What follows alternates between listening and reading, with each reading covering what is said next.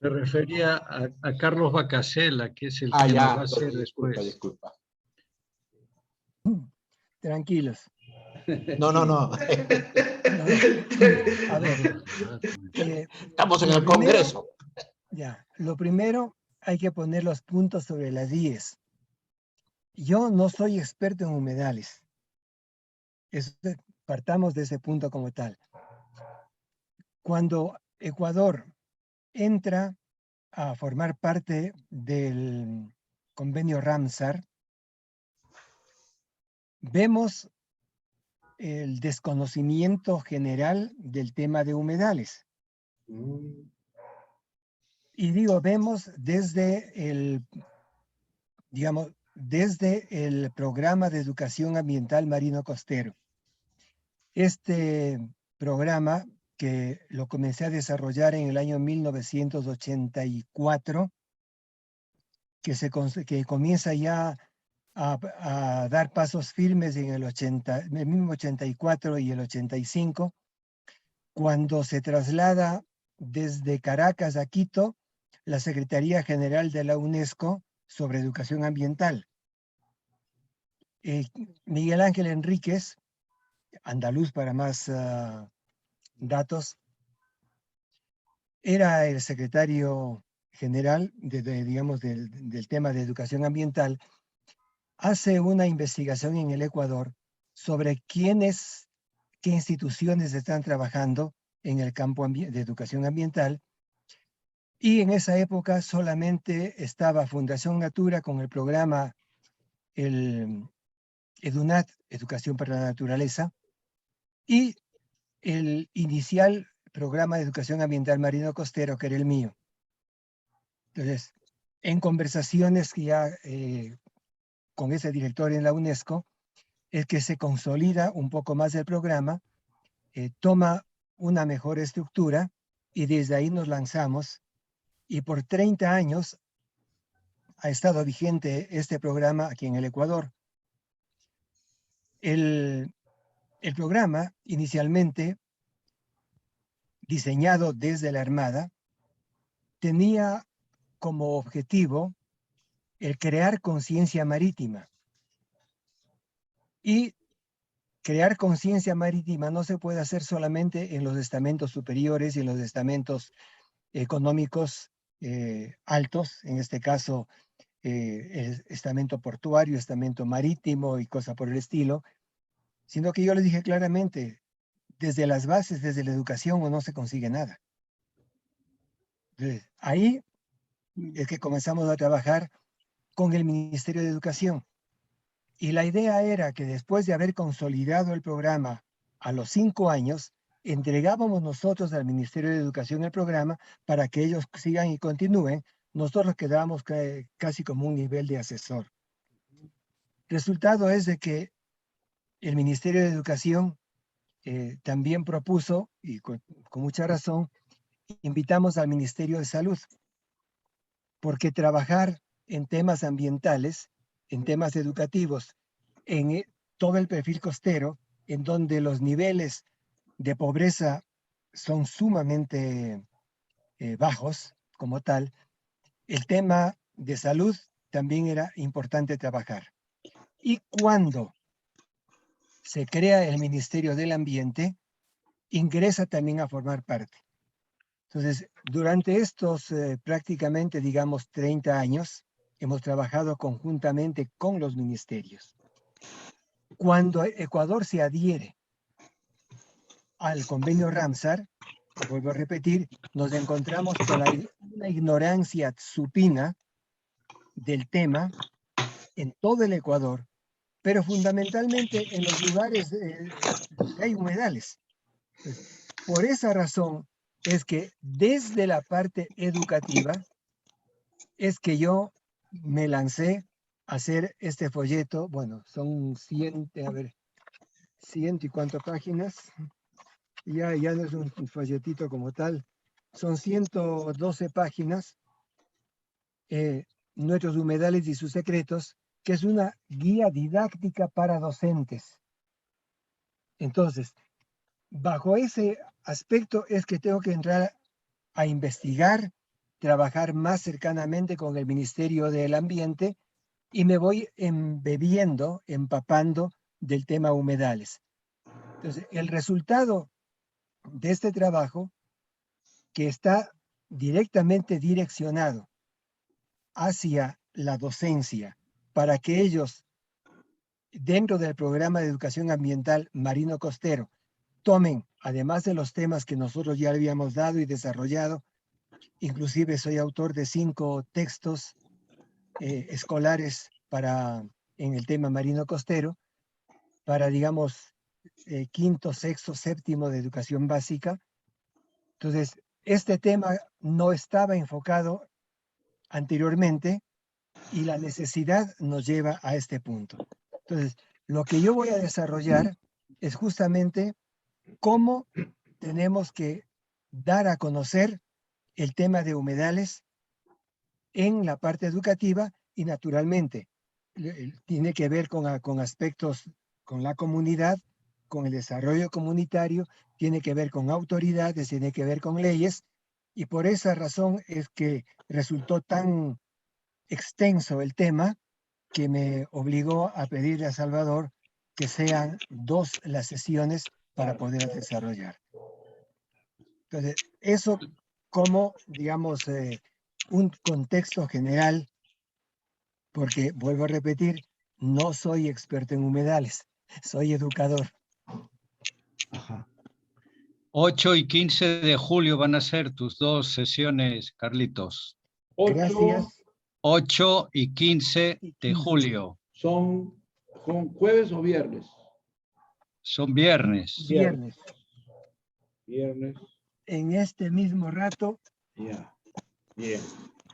8 y 15. Sí, quiero agradecerte, Carlos Vacasela, aunque no eres especialista, pero nos estás dando una información que solo podía darnos un especialista. En la práctica, lo eres, hermano, y te estamos agradeciendo desde ya. Y entonces está pendiente estas 2 presentaciones tuyas. Y vamos ahora a continuación a realizar el objetivo que tenemos para esta noche, que es el de encontrarnos con el equipo del ecosistema Humedales, Río Valle Humedales, así se llama el equipo de la Comisión de Ecología, que está liderado por Sabina Haza y por Carmen Serpa. Ellos están con nosotros. Entonces, Carmen, tienes la palabra. Bienvenida Leila, bienvenido Willy, que creo que son los amigos con quienes están acompañando a Carmen, y podemos ir entrando en materia. Gracias, Padre Alberto. Un abrazo. Muchas gracias. Sí, Padre Alberto. Buenas noches. A ver, ¿quién está tomando la palabra? Sí. Adelante, Carmen, sí. Sí, Padre. Bueno, lo que nos convoca hoy día justo es la situación del humedal como se encuentra, ¿no? He recibido, o sea, ahorita mi posición es como miembro del Comité de Vigilancia Ambiental que hemos estado, se puede decir, desde 2019 que empezó el conflicto, detrás de las denuncias directas, ¿no? Con documentos y todo desde 2019 ante la Fiscalía de Delito Ambiental. Entonces, ha pasado todos estos 2 años y ya casi 3 años, ¿no? En mayo se cumplió ya 3 años. Y han mandado ya a la Fiscalía su documento mandando para archivar todo el caso, ¿no? Y en realidad es un caso ya complejo en cuestión del humedal porque se ha ido destruyendo y la empresa ha salido bien librada, ¿no? Porque tanto informes que se han de la Autoridad Nacional del Agua y autoridades locales que no han sabido a tiempo tomar acciones, ¿no? Uno por diversas situaciones, ¿no? Desde ejemplo de la Municipalidad de Lurín, desde el año 2017 que el Ministerio de Ambiente mandó una carta invocando que dentro de sus competencias, la Municipalidad de Lurín realizara la conservación de este espacio, y no lo hizo. Entonces pasaron una y otra gestión, y al contrario, en el año 2018 ha sido, ¿no? En diciembre de 2017, cuando ya salía el alcalde Aracaqui, le dieron autorización a la empresa para la construcción dentro del predio de la empresa. O sea, el problema del humedal ha pasado, se puede decir, como por 4 etapas. Una es del año 2016, dentro de la conformación del Comité Nacional de Humedales, se hizo un mapeo de los humedales costeros, y en un mapa MINAN lo ha registrado como Humedal de Lima. Hay un mapa que está registrado que dice humedales de Lurín. Los humedales de Lurín están ubicados frente a la playa de San Pedro, es lo mismo que los humedales de Quilcay, es lo mismo. Los humedales de Quilcay nos denominamos así nosotros como comité, y por la población que lo conocía como la laguna, porque hay una zona arqueológica aledaña donde había un espejo de agua. Había un espejo de agua grande, ¿no? Entonces, esa vez fue, ¿cómo se dice? Mapeado, pero como el Comité Nacional de Humedales hacía cartografía de humedales mayores a una cantidad de hectáreas que en los mapas se figuran unas escalas, pero como era más pequeño, lo derivaron al MINAM, pero a la Municipalidad de Lurín, para que ellos hagan la conservación, y no lo hicieron. Entonces, en 2018 ya Century, que era el propietario de esa zona, empezó los trámites para su proyecto de megacentro, para construcción de unos almacenes allí. Y ya de allí, ahí es donde nosotros, como sociedad civil acá en Lurín, formamos el comité de vigilancia con la finalidad de lograr hacer las denuncias y la conservación, y porque este espacio también se puede decir, parte de la identidad de Lurín, ¿no? En esa zona ya hubo hay registros de mapas antiguos, y en la época Ishma, después en la época de la guerra con Chile, inclusive un cartógrafo los tiene registrados, ¿no? Como unas lagunas que han sido productivas, inclusive, ¿no? También figura en un camino, en un libro que sacó el Ministerio de Cultura sobre el Capañán, ¿no? Que había una zona de los caminos que terminaban en la playa, y que decían que era esta villa de pescadores de Quilcay, que formaban tenían su propia fuente de agua, que eran estas lagunas. Pero con el pasar de la problemática, que la segunda etapa ha sido en la época que intervino Century directamente con desmonte, con drenaje a los canales. Esa fue una segunda etapa donde se hicieron denuncias. La OEFA estuvo, se estuvieron, como se dice, pidiendo, hizo una fiscalización, pero ellos decían de que todavía la empresa no tenía como proyecto nada ejecutado. Así que ellos tenían que esperar una evaluación preliminar ambiental. Se llegó a detener la obra que empezaron a hacer ellos a través de la Municipalidad de Lima y la fiscalización de Lurín, pero aún así en los siguientes meses siguieron construyendo. O sea, la Municipalidad de Lurín les ha dado licencia para cerco, pero bajo esa fachada han estado también interviniendo zonas del humedal, ¿no? Se llegó a secar las fuentes de agua, los canales que irrigaban, que alimentaban la laguna principal, han puesto con concreto ya, entonces ya la laguna no se ha vuelto a recargar, pero esa zona se mantiene siempre verde, ¿no? Lo que indica que hay una filtración de humedad. Ya después, hubo una tercera etapa que fue la época de el reajuste integral de zonificación de todo el distrito de Lurín.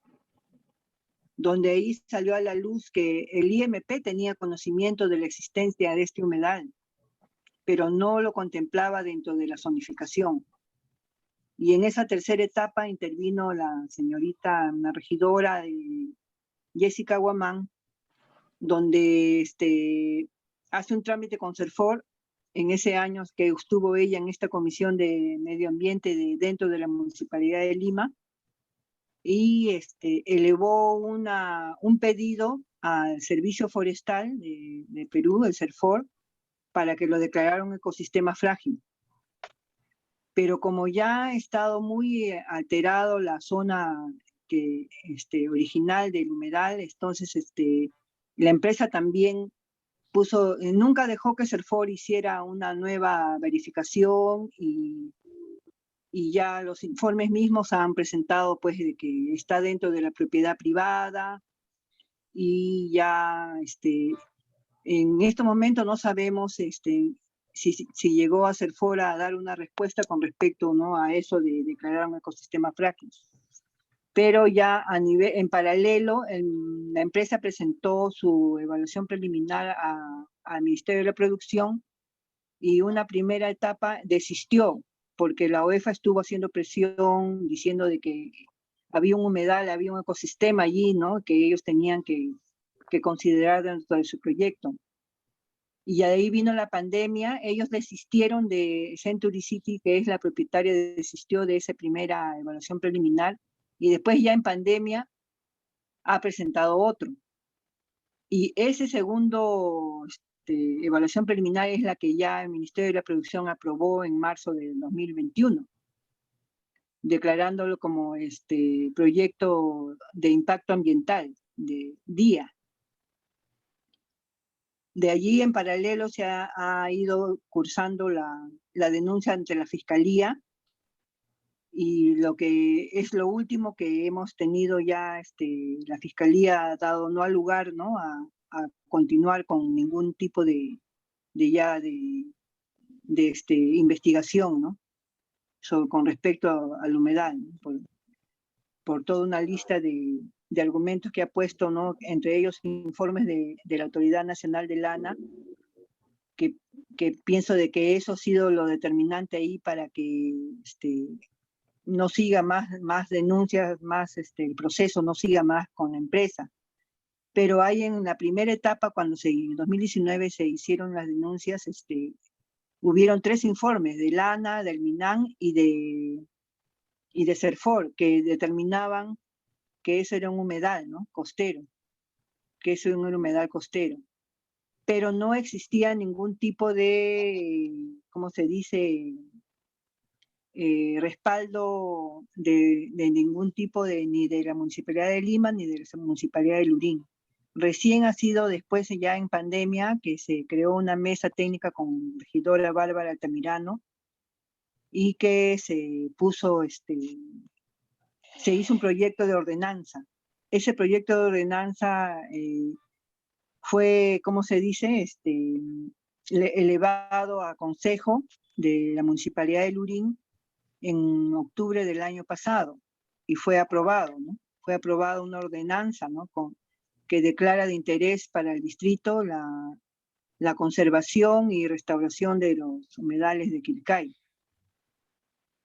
Y eso es lo que hay, esa superposición de documentos, ¿no? Pero en todo momento la empresa nunca aceptó que era humedal, nunca dejó que una evaluación de CERFOR, y a la vez con las denuncias que nosotros hicimos ante la OEFA, con la documentación que actualizábamos de los cercos que iban poniendo, y sobre la cantidad de desmonte que ponían, a veces con videos que hemos mandado y todo, no fue suficiente, pues, no, las cosas como para que esto siga, ¿no?, ante la empresa, un proceso, porque en realidad ya prácticamente está destruido el humedal, ya está destruido, no se ha podido recargar nuevamente la laguna, Y a pesar de que hubieron esa vez informes de los tres lados, ¿no?, principales, del MINAN y del CERFOR y del ANA, que cuando nosotros presentamos un memorial ante la Defensoría del Pueblo y todos estos, el Ministerio, el MINAN, municipalidades, como 5 instancias, 5 instituciones, la Defensoría del Pueblo dijo de que los informes de MINAN, o sea, si bien decían que era humedal costero, pero decían de que la opinión de ellos no era vinculante. Inclusive hubo una reunión en la comisión del Congreso, de comisión de los pueblos, pueblos andinos, amazónicos y de medio ambiente, se llama la comisión, es un nombre extenso. Hubo una reunión durante la pandemia a fines del 2021, antes de la creación de la ordenanza, donde decían pues también de que no había que si bien habían esos informes, pero no eran vinculantes, ¿no? Recién en el año 2021 salió un decreto supremo del MINAN, donde tiene ahora más autoridad con respecto a ¿cómo le llaman? Manejo integral de algo de los humedales, ¿no? Un manejo, porque son varias instituciones a la vez. En la problemática humedal interviene la Autoridad Nacional del Agua, interviene el Servicio Forestal, ¿no?, el CERFOR, intervienen las municipalidades, ¿no?, vinculadas a los lugares donde se ubican los humedales, tanto en la municipalidad provincial, en este caso es la Municipalidad de Lima Metropolitana, y la distrital, que es la Municipalidad de Lurín, ¿no? Todos esos, como dice, actores están involucrados en el manejo de humedales, ¿no? Pero sí es bastantes etapas que ha pasado y bueno, y lo último que ha sido que la Fiscalía ha dado no al lugar a mayor, ¿cómo se dice?, ampliación de investigaciones con respecto a las denuncias que se hicieron en el año 2019. Dado este informe que nos hace Carmen, un informe pormenorizado, en las conversaciones ocurridas en las 2 últimas semanas entre Carmen y nuestra ADES, representado por Carlos Salazar, ¿hay se avisora, alguna pista, algún dato, algún avance? Adelante, o Carmen o Carlos. Creo que Carlos podría, ¿no? Sí. Primero, quiero decirle que el Perú es parte de un tratado internacional sobre los humedales, que fue aprobado por el Congreso, más o menos creo que ha sido los años 1960 y tanto, no me acuerdo, porque no aparece en Google ese documento. Bueno, segundo, en principio está definido que es humedal por las diversas definiciones que han dado los organismos que ha anunciado Carmen en su primera etapa.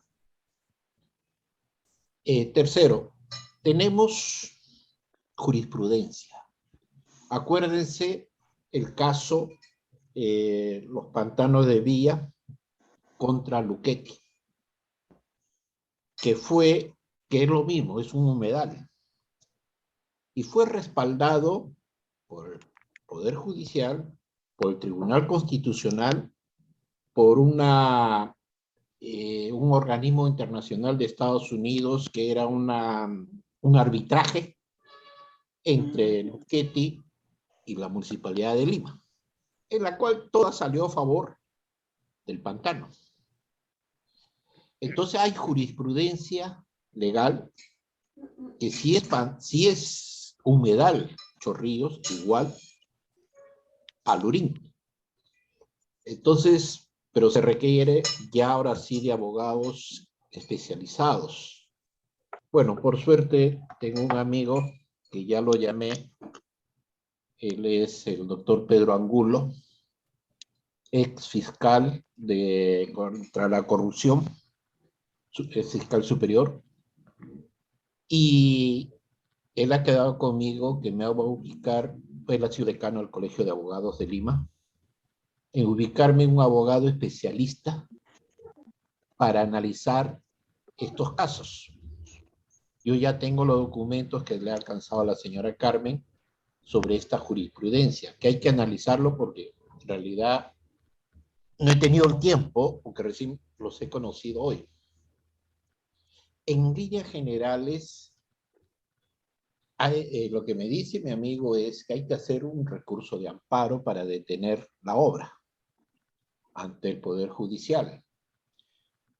Y obtenido ese recurso de amparo, ya podemos ir al Tribunal Constitucional.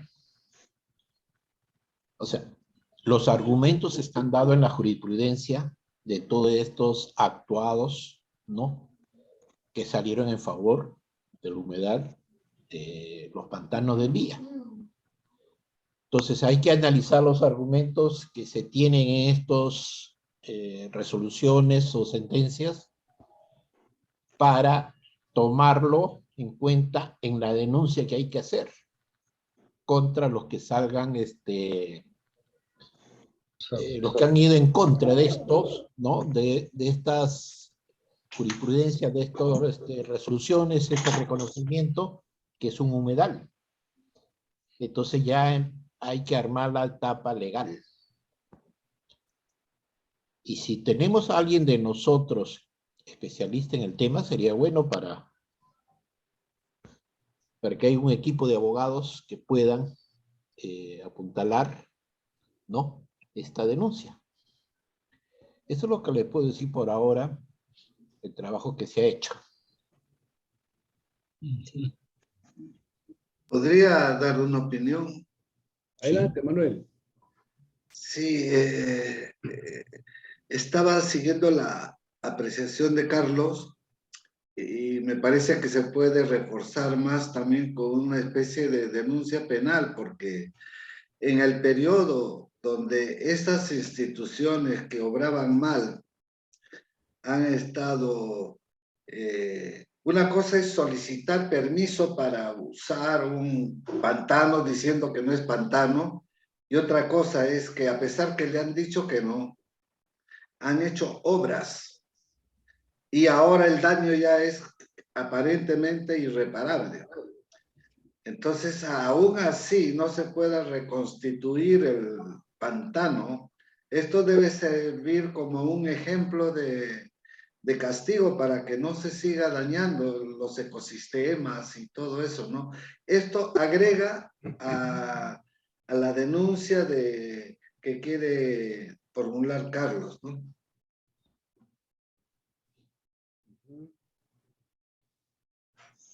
Bien. De lo que he escuchado, entiendo que la fuente de agua, el Ñauimpuquio, el manantial que alimentaba la laguna, ha sido bloqueado incluso con cemento. Esto es un delito.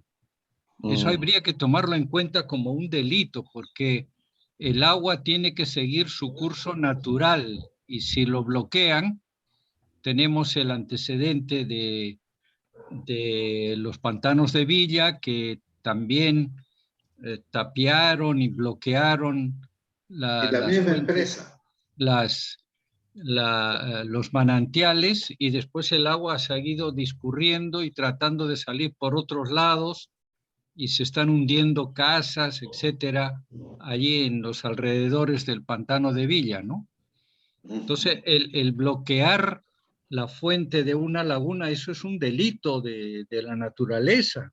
Por ahí es que habría que hacer, o tomarlo en cuenta a la hora de pedir el amparo, ¿no?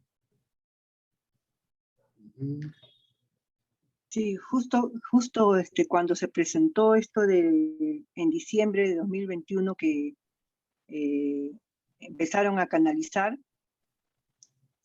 justo estábamos considerando eso, ¿no? ¿Qué medidas tomar? Porque la Autoridad Nacional del Agua, que es el organismo competente, deriva todo a la Autoridad Local del Agua, que es el ALA Lurín. Y el ALA Lurín lo deriva a la Junta de Usuarios de Riego, o sea, de los regantes que le dicen acá. Y entre esas dos instancias, esas dos instituciones locales, han aprobado la construcción de ese revestimiento de concreto de canal, de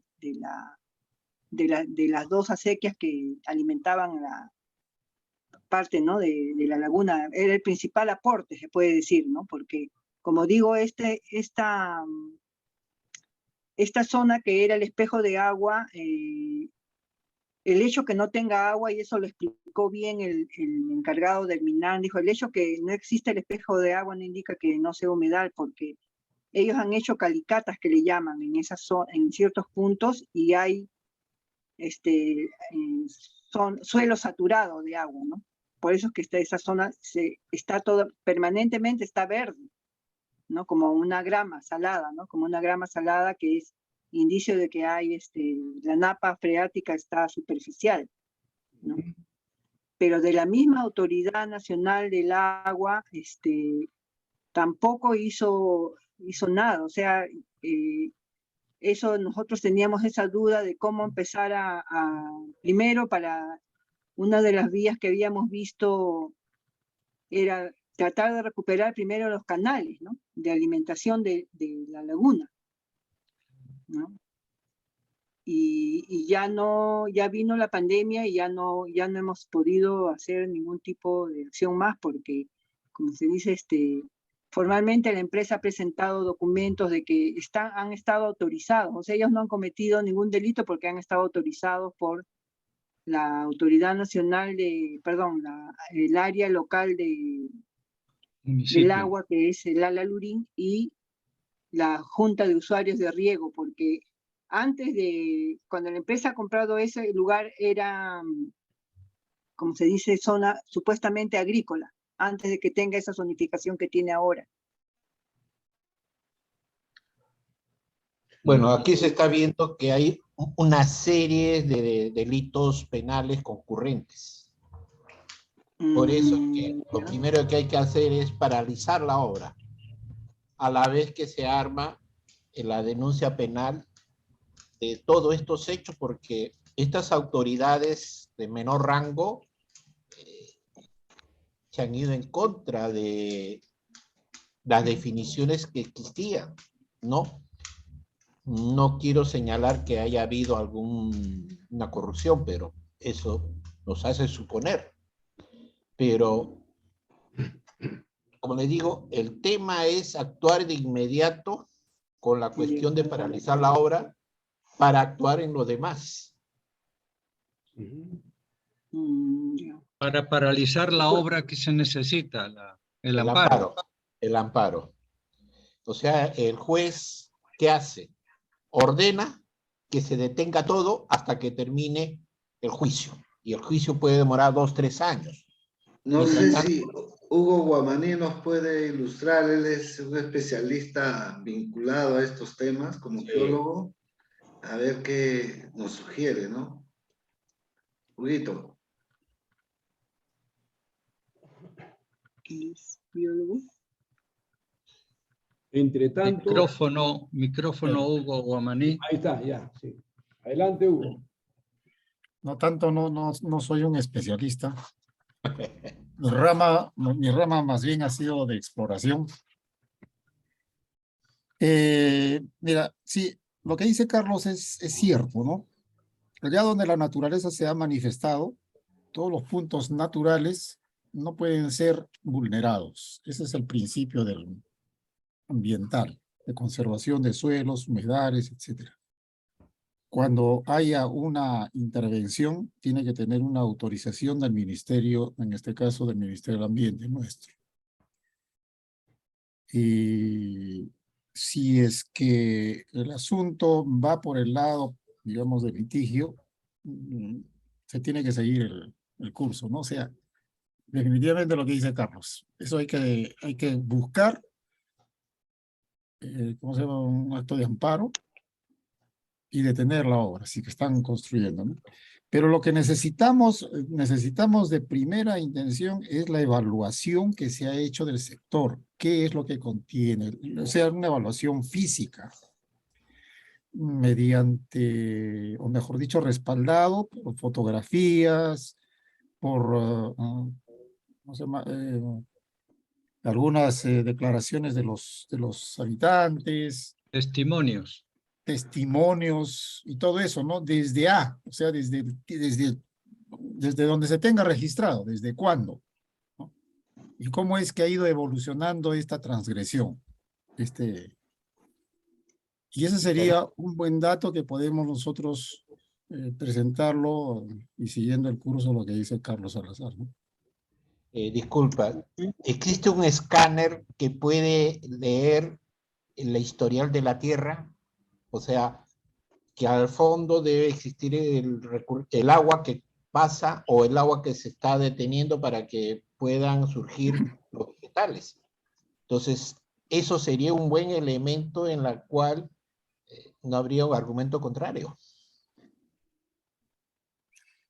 Claro, si ahí menciona de que si se hace una excavación, se nota que hay humedad, incluso, eso es lo que nosotros le llamamos, a qué altura, a qué profundidad se encuentra la napa freática, donde aflora el agua, ¿no? Puede ser que se haya extinguido, pero no del total, de la forma total, ¿no? Porque acuérdense, por ejemplo, el caso de Hilo, en la laguna de Ite, eso estaba abandonado, pero sin embargo se logró recuperar, y hoy es un sitio turístico. Entonces, por el hecho de que diga, no, es que ya eso ha dejado, no ha dejado de existir.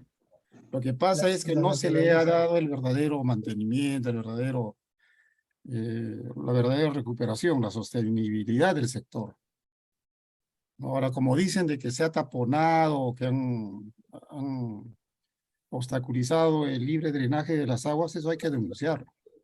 Mediante fotografías, dónde ha sido, cuál ha sido el punto, y todo eso, ¿no? Esa es una, no sé en qué términos legales se puede decir, pero si yo tengo mi casa donde aflora el agua, es mío, ¿no? Sí, la propiedad es tuya, pero medio ambiente ingresa inmediatamente y dice, esta es un área intangible, y listo. Ahí quedó. Entonces, por eso debemos tener registros. Debe haber algunos estudios, yo creo que en lo que antes era la ONER, ahora el INRENA, que está adscrita al Ministerio de Agricultura, debe tener algunos registros de ese sector, ¿no? Justamente hay que armar un expediente de inventario, ¿no? De lo que ha existido y lo que nos fundamente lo que hoy se puede hacer. Ah, Sí, en cuanto a fotos, bueno, yo tengo registrado desde el año 2000, bueno, una de 2012, que no es de muy buena calidad, pero sí he registrado desde 2017 que con el joven Rolly, que está también en el comité, Rolly Rivas, que es un biólogo de acá de Lurín, hemos estado registrando, ¿no? Más que todo avistamiento de aves allí. Tengo fotos desde 2017 hasta el 2019 del impacto, ¿no? Tengo los canales cuando estaban sin revestimiento, tengo todas esas zonas, tengo sí fotos, de eso sí tengo fotos. Pero ahora, desde el año 2019 pusieron vigilante y no dejan siquiera acercarse allí. No dejan, tienen vigilante particular. Inclusive ahora último he visto en una zona que han puesto hasta una cámara. Han puesto hasta una cámara. ¿el Perdón. biólogo tiene registro del estado actual de las aves migratorias? El estado actual de hoy, no, Rolly no ha entrado, creo, ¿no? Sí. No, pero inclusive hoy él nos ha compartido que ha hecho una publicación en una revista científica de la Universidad de Villarreal sobre los humedales de Quilcay. Ajá. No sé si Leila, alguien podría compartirlo, porque no sé cómo compartirlo de aquí del WhatsApp, pero bueno, en una plataforma ORCID ha hecho una publicación. Y allí se han puesto también fotos mías, o sea, él ha hecho la investigación, la recopilación, y ha hecho una publicación, ¿no? Pero el estado actual, lo que tenemos nosotros es hasta el 2021, en diciembre, cuando pudimos ingresar, cuando estaban canalizando. Eso es lo último que tenemos nosotros que hayamos podido hacer registro, por última vez se puede decir, ¿no? Porque después no se ha podido ingresar a tomar fotos, pero solamente que nos han pasado la voz, que hemos visto que han entrado maquinaria, no maquinaria, sino volquetes hay otras zonas que han empezado a rellenar. Y todo eso hay que tomarle fotos. Todo eso, todo lo que están actuando ahorita. No importa que no te dejen entrar. Eso es otra causal también. Esa es otra causal. Perdón. Eso estoy tratando va a tener que tratar de registrar eso que he visto, inclusive hoy día que he pasado, porque venía hoy día del hospital y he visto que una zona que antes estaba así pasto, está ahora ya está nuevamente, le han puesto una zona con desmonte, ¿no? Con tierra. O sea, siguen avanzando. Hay que tratar de tomar fotos, aunque sea desde la distancia, con una buena cámara que tenga zoom. Sí, desde tengo lejos, desde lejos se toma la foto, pues porque se necesita testimonio de los pasos que están dando. Ya. Perdón, Yo me comprometo ahí a tomar las fotos en este fin de semana. Perdón, en la biblioteca tiene que haber crónicas antiguas desde los españoles, la República de Lurín. Y ahí debe de aparecer escritos o mapas o dibujos de la época en que señalaba cómo era eso, qué es lo que había. Y eso también sirve como una evidencia histórica. Hay que ir a la biblioteca a buscar esa información. Las fotos que nos están mostrando es de cuando estaba floreciente el humedal, pero no son de ahora, ¿no? No, esos no son, esos son de años anteriores. Hay aves migratorias, hay espejo de agua, pero esta no es la realidad de ahora. No. Claro, pero eso sirve, eso sí es sirve. histórico, pero sí es histórico. Realmente que Claro. esas fotos tienen un valor no solamente testimonial, sino que son fotografías que avalan la denuncia, porque es la prueba. Y Es además impactante. no nos olvidemos de que también por omisión, hay delitos de omisión. Entonces, hay autoridades que han omitido cumplir con su trabajo y también pueden ellos ser denunciados. Claro, eso fue lo que me dijo el defensor del pueblo esa vez, el año 2019, 2020, empezó la pandemia, 2019, ¿no? 2020. Que me dijo que ha habido omisión de funciones y que se tenía que ver un proceso hacia la municipalidad de Lurín en ese tiempo, ¿no? Que estaba el alcalde anterior, por omisión, porque sí ha mandado las cartas el MINAN a las dos gestiones anteriores a la actual, ¿no? A dos gestiones han mandado cartas el MINAN, reiterada todavía, para que conserven el humedal, ¿no? Yo quería comentar, ya que han señalado el caso anterior de los pantanos de Villa con la misma empresa Luchetti, hace unos años que hubo lluvias intensas en el Perú, las playas de Punta Hermosa y fueron afectadas por una avalancha gigantesca, ¿no? Sí. O sea, si el Perú no respeta, sobre todo en la costa, las zonas de sus cauces naturales, van a haber desgracias graves. Y eso es importante preservar, ¿no? En el Perú no se está haciendo mucho, pero en otros países eso camina mucho mejor. Me imagino que es importante proteger Lima de ese tipo de cosas, ¿no? Sí. Hay un Entonces, colegio que tenía ahí, un colegio pituco que tenía ahí en los pantanos de Villa, su local que estaban construyendo y se les ha hundido, ¿no? Porque justamente hubo esos delitos. También ahí se está en el Tribunal Constitucional. O sea, como le digo, hay bastante argumento legal, ¿no? Que genera la jurisprudencia. ya. Yo me permitiría, sin ser yo ningún técnico de ningún nivel, pero me satisface de verdad este espacio que nos estamos dando generosamente de parte de ustedes, queridos amigos. Entonces, sería necesario constituir un equipo. Carmen tiene su equipo, Carlos tiene un amigo importante, ¿no? El señor Pedro Angulo. Hay la necesidad de proceder ahí, ¿no? La evaluación física, el amparo, una serie de recursos.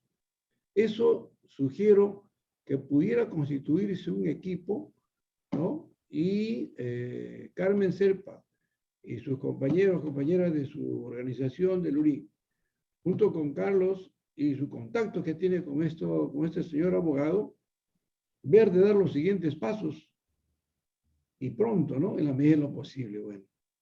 Ese sería el paso a seguir en la búsqueda del amparo, haciendo la evaluación física, a copiar la información habida y por haber, comenzar a ordenarla, ¿no? Periodificarla. Todo eso va a servir y creo que es de un aliento muy grande saber que verdaderamente se han cometido delitos criminales contra la naturaleza y ya pues hasta ahora Lurín ha estado como abandonado a su suerte, por eso quizás han avasallado y ahorita han conseguido que se anule toda denuncia y todo. ¿Qué es eso, no? Pero afortunadamente hay posibilidades de remontar y de hacer algo importante. ¿Cómo lo ves, Carlos? Carlos Salazar. No, yo lo veo positivo. O sea, la cuestión es, hay dos problemas acá tácitos. La especialidad cuesta. Y a pesar de que nos puede apoyar el abogado especialista, hay gastos que hacer, investigaciones, en fin, no sé, la verdad. Entonces, hay un elemento que hay que comenzar a buscar apoyo económico. Porque hacer historia, buscar las pruebas, reunir todos los elementos para armar un expediente que no le dejemos un punto débil para que la otra parte nos pueda golpear, ¿no? Entonces, esos dos elementos es lo que tiene que ir en esta siguiente etapa. Un especialista y hay que ver dinero para ver, porque hay costo ahí fuerte. ¿Puedo hacer una pregunta, Alberto? Adelante, claro que sí. Sí, yo más neófito que todos ustedes, pero siguiendo el hilo de la exposición y las conversaciones previas, me nacen una serie de inquietudes que necesito aclarar en mi mente para tener un rumbo más claro.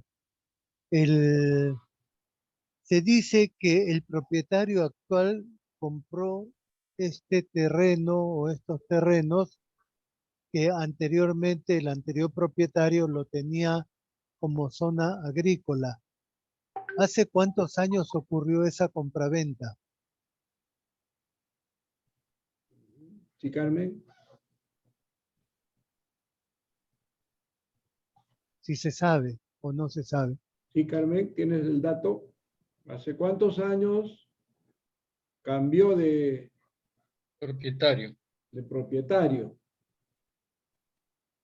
¿Sí? O alguien del equipo que están trabajando con Carmen, pudieran darnos esa pista para que Geoffrey pueda manifestarnos lo que está advirtiendo, lo que él quisiera consultar. Adelante, Carmen, sí. Sí, creo que a ver si me pueden ayudar mis compañeros, Willy, si estás presente, Willy. Pero que sé que en los años 80 hice más o menos aproximadamente que se hicieron los cambios de propietario, ¿no? El anterior propietario, que era la comunidad campesina. Sí, era no era comunidad campesina, era de una hacienda de San Vicente. Era la hacienda San Vicente. Entonces, con la reforma agraria, se dividieron parcelas de no sé cuántas hectáreas. Con la reforma agraria, eso se tuvo una división, ¿no? En cosas más pequeñas, porque antes de eso, inclusive antes de la reforma agraria, eran haciendas más grandes. San Vicente creo que ha pertenecido a lo que es todo es Mamacona. Antes era todo uno solo, entonces de ahí se han dividido Santa Rosa, San Vicente, la hacienda de San Pedro, pero específicamente la zona del humedal esa ha sido la ex hacienda San Vicente. Una pregunta. Perdón, con ¿Qué esa extensión información tiene esa hacienda? Perdón un ratito, quiero aclarar algo ahí. Esa historia que tienes de que antes eran haciendas es negativo para las intenciones, porque hay un historial que no era humedal. Habría que retroceder más atrás para saber desde cuándo dejó de ser humedal esa parte. Sí, así es. Claro, lo que pasa es que ha estado dentro de la hacienda y eso siempre, o sea, la dinámica del humedal es de recarga y tiene su época seca y su época de recarga. Entonces siempre, como digo, el término humedal recién se está poniendo, como dice, socializando recién de hará unos 2 años. Antes no, siempre lo han llamado como lagunas. Claro. Inclusive allí en la época que, bueno, por testimonios de personas antiguas de aquí de Lurín, sé que, claro, había sido eso declarado en las haciendas como parte agrícola, ¿no? Porque en Lurín se sembraba mucho algodón, ¿no? Pero inclusive decían, esa zona siempre se inundaba, ¿no? Siempre se inundaba, no podían pasar tractor, no podían, porque siempre tenía esa dinámica, que por época se estaba lleno y por época se secaba, pero siempre lo han conocido como laguna. Inclusive eran 2 lagunas, porque hay otra laguna que está en los condominios de San Pedro, en ese condominio de las Islas de San Pedro, al centro hay una laguna, ¿no? Perdón. Que eso sí también ha sido parte de, dentro de, en los mapas que figuran antiguos, figuran como 2 lagunas. Eso es importante, porque ya genera una historia antes de, mejor dicho, antes de que éstas se convirtieran en haciendas, ¿no? Y ya ahí sí, ese punto es muy importante para tumbar lo que ellos... Carlito, por si acaso ese tema, el que alguien sea propietario de una hacienda tan enorme, no quiere decir que si hay lagunas dentro de su territorio, va a hacer lo que quiere con esa laguna. O si pasa un río, no va a respetar las pautas que se deben manejar a nivel de prevención del medio ambiente, ¿no?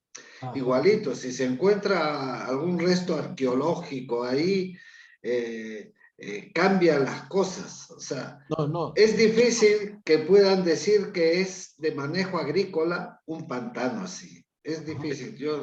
A ver si nos ordenamos al mismo dueño, sí, pero no.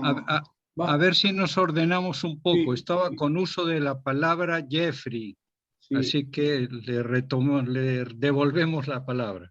Sí, y después, Gracias, después Leila Berrocal ha levantado su mano. Sigue, Jofre, adelante. Gracias, Alberto. Ya, bueno, el orden de las ideas. Hace 40 años se produjo probablemente, falta demostrar, la transferencia de la propiedad. El cambio de uso no lo sabemos. dicen que esa zona siempre fue húmeda, probablemente no haya sido nunca agrícola, o si ha sido agrícola, qué tipo de sembríos daba. El asunto es que esta hacienda resulta premiada con un punto de agua llamada laguna, llamada humedal, y es parcela, parte de una propiedad mucho mayor que la reforma agraria subdividió. Las otras parcelas hay que suponer que nunca fueron premiadas con humedad y entonces no son humedales o por ahí no pasa nada de agua o no siembran nada. Mi pregunta es a los alrededores de esta propiedad que no sabemos qué extensión tiene, ¿qué cosa hay? Se han levantado casas, hay edificios, hay urbanizaciones y no eran humedales y no había autoridad porque la fundación de Lurín, que es lo bastante antigua como para hacer historia eh, como distrito, ¿no? Como zona política importante, debiera recoger, como dice Carlos, todos estos detalles. ¿Por qué?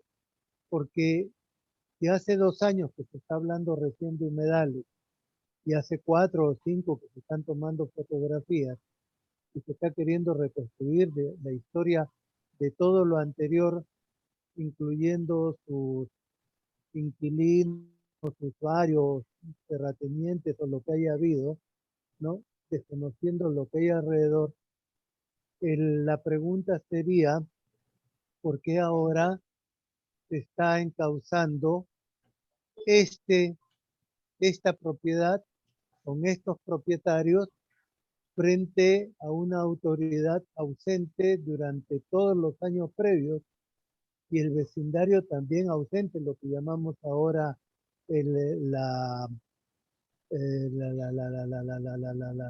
la parte civil, ¿no?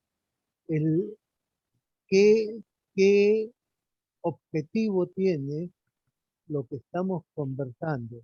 Generar una denuncia, perfecto. ¿Contra quién corresponde?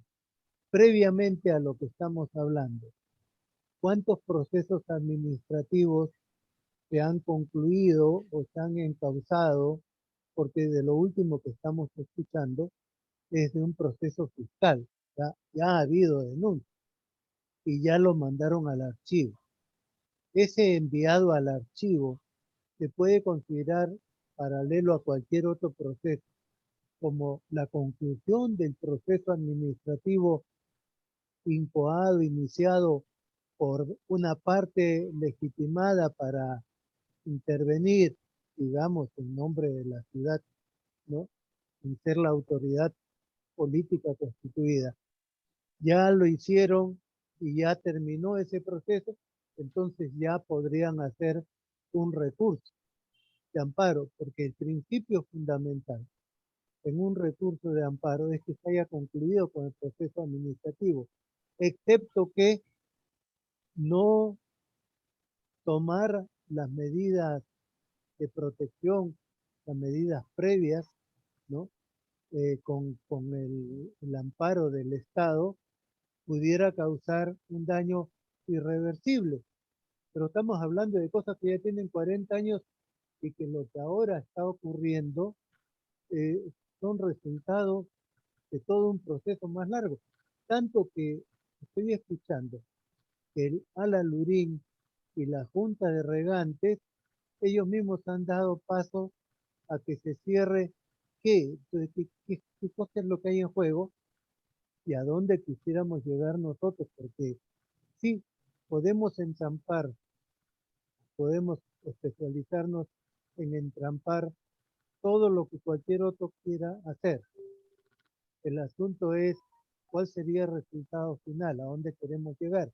Porque una posibilidad muy buena sería de cuánto ha sido la transferencia de la propiedad.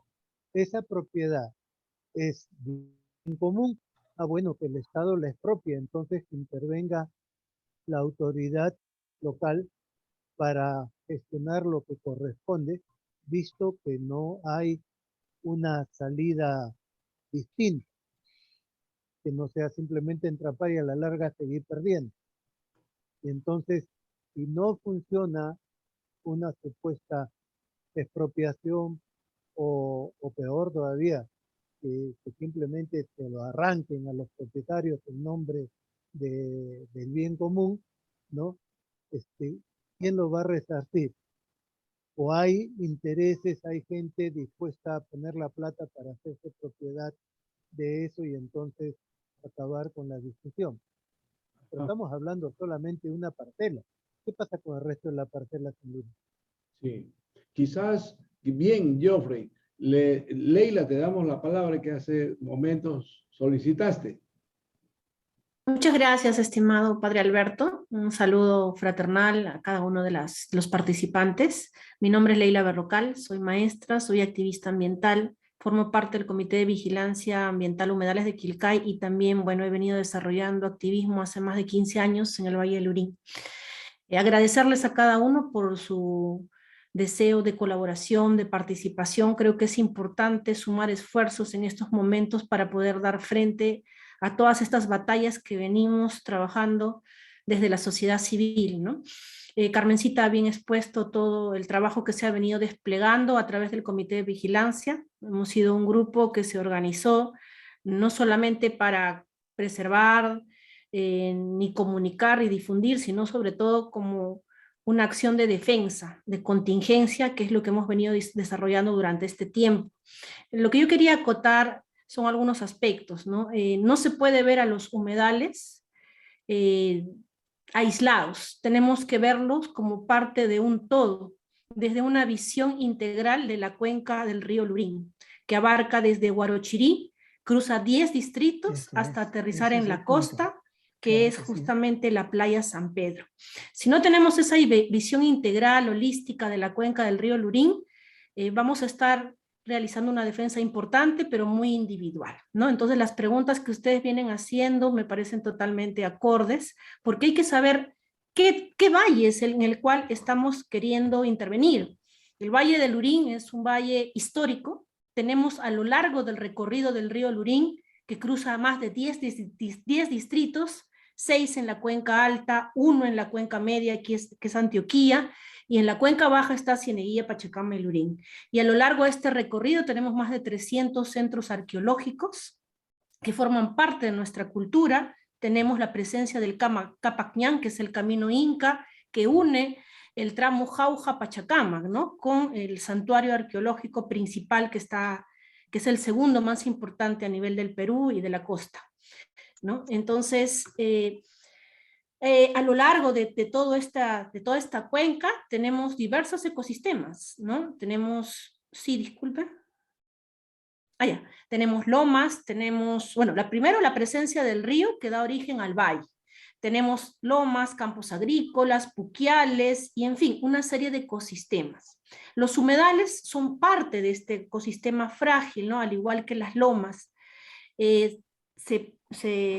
Definitivamente estos humedales no están solos, han tenido que formar parte de un gran circuito de humedales, porque si nosotros hacemos un pequeño recorrido en la parte del litoral, vamos a encontrar que a los alrededores hay, ¿no? Espacios o características específicas de humedal, muy similares a las que había en los humedales de Quilcay y también similares a las que están en pantanos de Villa. Si bien es cierto, no han sido espacios amplios, pero que seguramente al momento que han ido privatizando estas haciendas, pues han ido deteriorando, destruyendo, ¿no? Y bueno, la más significativa es esta última, los humedales de Quilcay, porque están justamente, ¿no? Frente a las Islas Cabillaca, en el ingreso a la playa San Pedro, ¿no? Entonces, estos humedales tienen digamos, tienen mucha historia porque datan desde el pueblo de Quilcay, ¿no? Como pescadores que estuvieron asentados en la zona y que también han sido utilizados por los pobladores del Lurín como recreación, alimentación, etc. Cuando nosotros empezamos a intervenir, definitivamente ya la empresa estaba asentada, pero yo tengo entendido, no estoy muy segura, estoy buscando la información, que antes de Century City había ahí ya inversionistas extranjeros que habían estado en esa misma propiedad y que a su vez estos inversionistas le habían comprado a Delgado Parker, que él quería hacer un proyecto de edificios en el litoral. Eso ha sido como más de 15 años atrás, ¿no? Si no es un poco más. Entonces, ya desde ese tiempo se ha ido cambiando la habilitación urbana de esa zona, ¿no?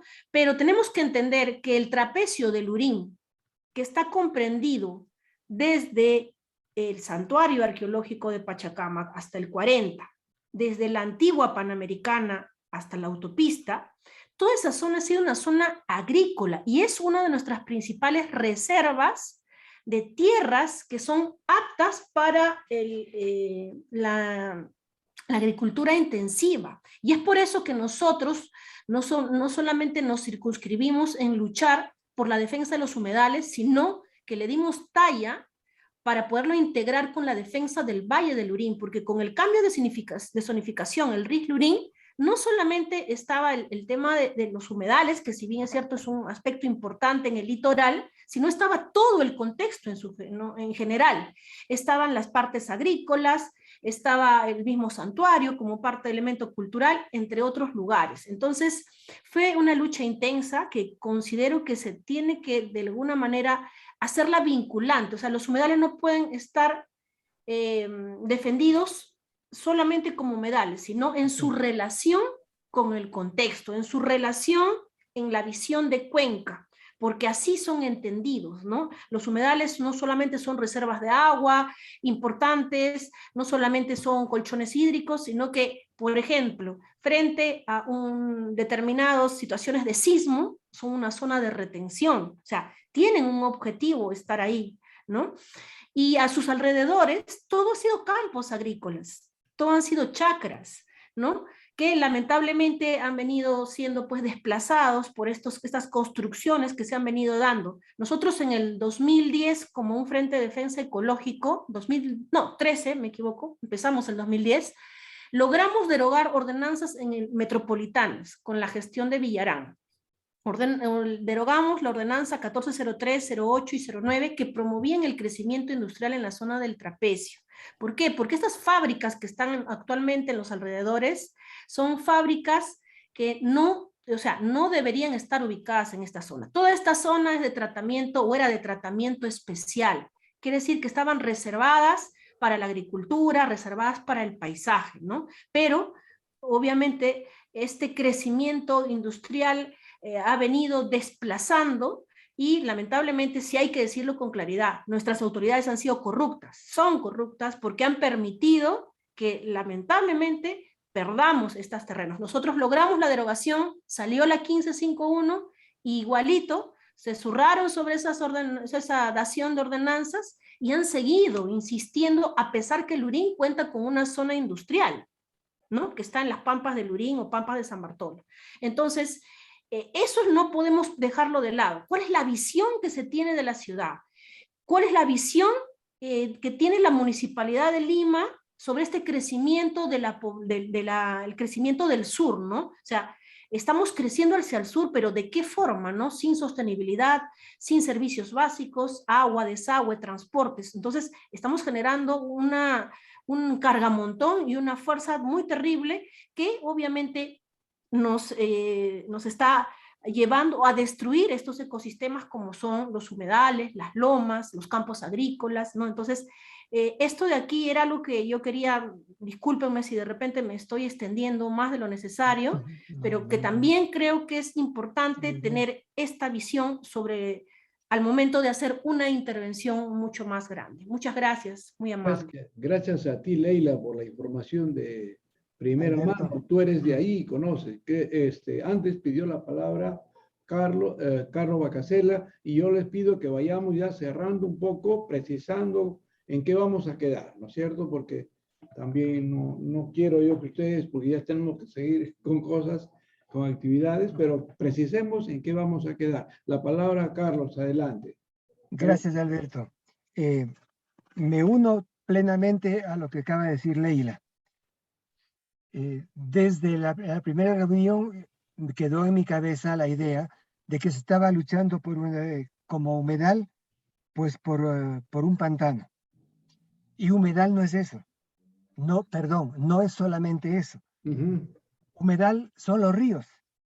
Ujú. Hay que tener en cuenta que los ríos son humedales, las lagunas, los lagos, los estuarios, o sea, el lugar en donde el río desemboca en el mar, Ujú. los salitrales, la cuenca hídrica, los pantanos, las playas, inclusive el océano hasta los 6 metros de profundidad, todo eso forma una unidad. O sea, yo creo que el pensamiento expresado por Leila, para mí personalmente, también como educador, es el más completo. O sea, no podemos centrarnos solamente en irnos ahora a ese pantano.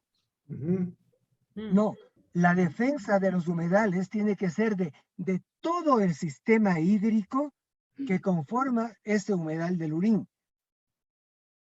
Y si a eso, además de los aspectos, digamos, hídricos, por un lado, ambientales, por otro lado, tenemos toda esa riqueza arqueológica, por Dios, tienen ustedes ahí una bomba atómica para hacerla estallar. Entonces, no nos concentremos solamente en esa partecita, que es lo que está desapareciendo y que la naturaleza sabe recobrar sus caminos. Y con el tiempo, esas aguas van a volver a aflorar, causando daños irreversibles a ese llamado crecimiento económico que se va a dar con el tiempo. También prevenir eso es uno de los elementos básicos porque es la defensa del ser humano. Entonces, en ese sentido, básicamente, es que mi exposición posteriormente va a ser esta. O sea, una idea global de todo lo que son los humedales, los tipos de humedales, clasificación de los humedales, beneficios que dan los humedales en diferentes aspectos, no solamente el ambiental como tal, y por lo tanto, ¿qué tenemos que hacer para poder irnos a favor de los humedales, evitar los daños que están sufriendo los humedales y con quiénes se tienen que trabajar a nivel nacional, pero comunitario, regional, nacional e internacional? Leila, te felicito por esta exposición tuya. Y yo te agradezco, Carlos, por tus palabras. Carlos nos tiene prometida 2 exposiciones, para lo cual Carmen y todo tu equipo están invitados y alguien más, toda nuestra comisión de ecología ciertamente, el viernes 8 y el viernes 15 de mayo, perdón, de julio, ¿no? Julio. 8 y 15 de julio. Tenemos esta reunión para ampliar, porque desde Ecuador, desde un hermano que conoce, ha trabajado, él se considera muy modestamente, no soy especialista, pero nos está llegando una información súper especializada que queremos valorar desde nuestro espacio amical, fraterno entre nosotros, para poder dar la siguiente mirada. También Leila, tengo entendido, es profesora, es maestra también. Entonces hay una coincidencia muy importante, ¿no? Como ustedes desde Ecuador, tampoco los humedales estaban lejos. Poco a poco fueron captando como nosotros. Entonces, alguien más que quería participar, creo que Carlos, me parece. Sí. Perdón. Es que todas las denuncias anteriores han Después estado... Raúl, sí. Adelante, Carlos. Sí, Carlos Salazar, adelante. Allá. Lo que quiero decir, que todas las denuncias anteriores estaban enfocadas en ese humedal. Lo que acaba de decir Leila amplía. Sí. Entonces el trabajo es mayor porque hay que conseguir información de atrás, de todo ese ecosistema, para poder plantear la emergencia que va a haber a futuro. Todas esas construcciones se van a caer porque el sistema va a recuperar su camino, ¿no? Entonces, hay mayor trabajo. Entonces, tenemos que recoger más información sobre toda esa, digamos, de todas las consecuencias del riego Lurín. Así es, así es. Entonces, razón profunda para poder organizar y distribuir las tareas dentro del equipo de Carmen y poder organizarse de a poco para acopiar esta información. Estamos ya como cerrando. Raúl, bienvenido. Querías también tomar la palabra. Adelante. Adelante, Raúl Venero. Sí. No. Oh, me equivoqué. Quizás, Raúl, querías tomar la palabra.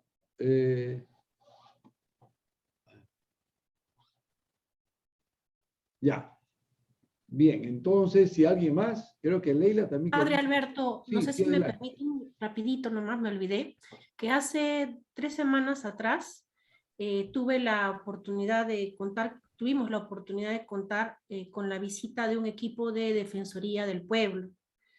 Actualmente se ha abierto unos expedientes con respecto a diferentes denuncias que hemos hecho de los principales problemas, porque son muchos, pero con respecto a la contaminación del río, los humedales de Quilcay, de la parte de los canales de regadío. Entonces de repente también ahí ustedes nos pueden ayudar. Por ejemplo, he estado yo revisando, no sé cómo, no sé qué hacer, ¿no? O sea, y me han llegado los expedientes de la Defensoría, y ahí sí yo agradecería que de repente me pudieran ustedes dar un alcance, ¿no? ¿Qué se tiene que completar?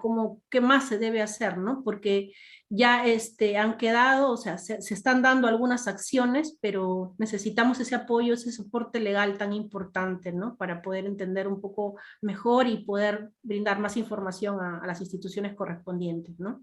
Seguramente, Envíanos información. Carlos Salazar, sí, Carlos, Vivi. Que nos envíe la información, pues los documentos que le ha mandado la Defensoría para analizarlo y ver cómo lo encajamos.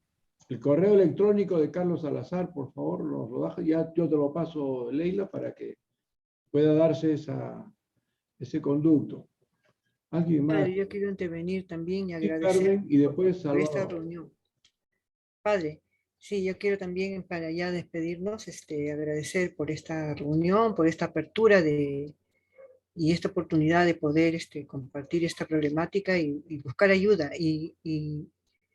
Felicito a Leila y también por hacernos recordar, porque justo nuestra lucha del humedal se convirtió en la lucha por la defensa del valle.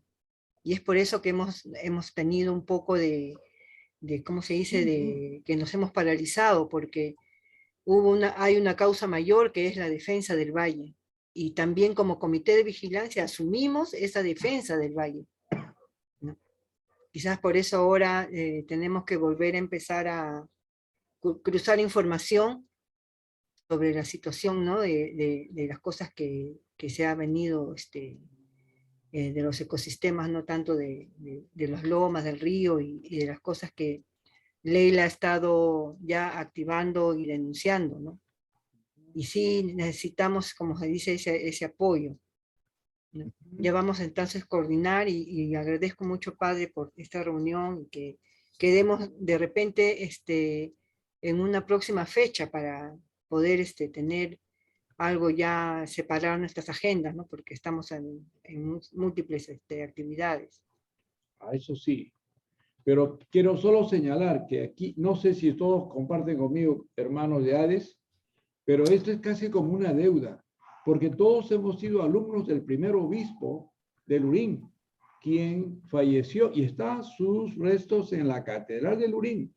José Gurruchaga, el primer obispo de Lurín, dijo: no toquen mi valle. Fue un lema que dejó y sigue resonando. Y nosotros estamos de alguna forma dando nuestro granito de arena como exalumnos, ¿no?, de este primer obispo que ha sido visionario, se ha proyectado y nos ha dejado un legado muy importante. Entonces, una fecha próxima para reunirnos. ¿Alguien tiene una propuesta? Primero tendríamos que llegar a conclusiones con los documentos. Yo me comunico con Carmen cuando ya tenga la respuesta del abogado, ¿no? Y de ahí podríamos fijar una fecha. Y con ¿no?, Leila. Y con Leila también para... Claro, para que podamos qué exponer y qué necesitamos, ante todo, Alex. Ya está. Muy bien, entonces primero cruzamos nosotros la información y ya después acordamos la fecha. Les propongo, si les parece, pero esta vez sí les prometo cumplir mejor como Salvador me estaba pidiendo. El próximo 15 de julio es viernes. Si el 14, jueves, después de la celebración, así como ahora, entramos ahí a lo que se haya avanzado, como para que no se enfríe, o lo dejamos hasta que reúnen la información. De acuerdo, es buena idea para que no se enfríe el tema. Claro, 14, una manera de coordinar, ¿no? Ya, estoy apuntando, anoten, 14 de julio, 8 de la noche. Jueves, 8. Misa a las 7. La celebración previa a las 7 y claro, así es. También invítalos a la misa, no seas egoísta. Sí, pero quiero ser respetuoso. Tenemos que No, ser pero... muy respetuosos Pero de la Misa a la un Pachamama. solo enlace, un solo enlace. Ya, un solo enlace, exacto. Oh, ya. Para hacer una sola red. Muy bien. ¿Alguien más que quisiera tomar la palabra? Y Padre Alberto, discúlpeme. adelante, Leila. Lo que pasa es que, ¿sabes qué? Hoy día estábamos coordinando con un grupo de amigos que estamos cercanos al nuevo ministro de Agricultura y estamos viendo la posibilidad para ver si el sábado 25, es una fecha tentativa, promover una reunión justamente para poder desarrollar propuestas vinculadas al Valle del Lurín. Andrés Alencastre de alguna forma ha venido trabajando con nosotros como activista, también en el Valle. Entonces, básicamente lo que estamos haciendo es nuevamente traerlo y aterrizar para que por lo menos, bueno, no sabemos el tiempo que va a estar, y ojalá que sea mucho, pero tomando en cuenta la situación política, quisiéramos plantearle algunas propuestas que esperemos puedan ayudar a la preservación y conservación del valle. Entonces, el sábado 25 es una fecha tentativa y me gustaría invitarles a todos, si es que se ratifica, para este conversatorio en Lurín que va a haber a las 3 de la tarde, ¿no? Previamente yo ya les confirmo, ¿no? Pero ahí se va a tratar la problemática del Valle del Lurín, ¿no? Entonces, por ejemplo, una propuesta es la intangibilidad del Valle del Lurín, ¿no? Otra propuesta es con respecto al tema del río, ¿no? La protección, conservación, los humedales de Quilcay definitivamente están ahí presentes, ¿no? Así como otros temas que también son de interés y creo que, por ejemplo, ahora que usted también forma parte de la plataforma alimentaria y como comité de ecología va a ser muy importante que se pueda hacer presencia, ¿no? Gracias. Va a ser virtual. Perdón, hay que coordinar justamente los temas con el ministro. Ajá. Estamos llevando una serie de propuestas y vamos a de repente estar compartiendo algún driver, algo, como para poder complementar información, ¿no? Ya. Entonces, es presencial, no es virtual. No, no es virtual. Es presencial. Bien. Le pedimos a Salvador que nos ayude a culminar, por favor. Bueno, creo que ha sido una reunión muy provechosa. Hemos adelantado bastante en clarificar los términos de estos proyectos y la posibilidad de ADES de poder colaborar, ¿no? Creo que estamos dando pasos concretos, ya tenemos fechas incluso para ir avanzando. Las coordinaciones entre Carlos, Leila y Carmen creo que van a ser fundamentales para tener un corpus de información sólida para los siguientes pasos, ¿no? Creo que esto es muy bueno. Nos felicitamos y felicitamos a nuestros amigos de Lurín que nos permiten colaborar con ellos. Muchas gracias a todos y será pues hasta la próxima reunión. Buenas noches con todos. Buenas noches. Buenas noches, mil gracias. Gracias a ustedes que nos permiten. Gracias, Jorge. Gracias, Hugo, Manuel. Buenas noches. Gracias. Gracias, Carmen. Bien, estamos en contacto entonces.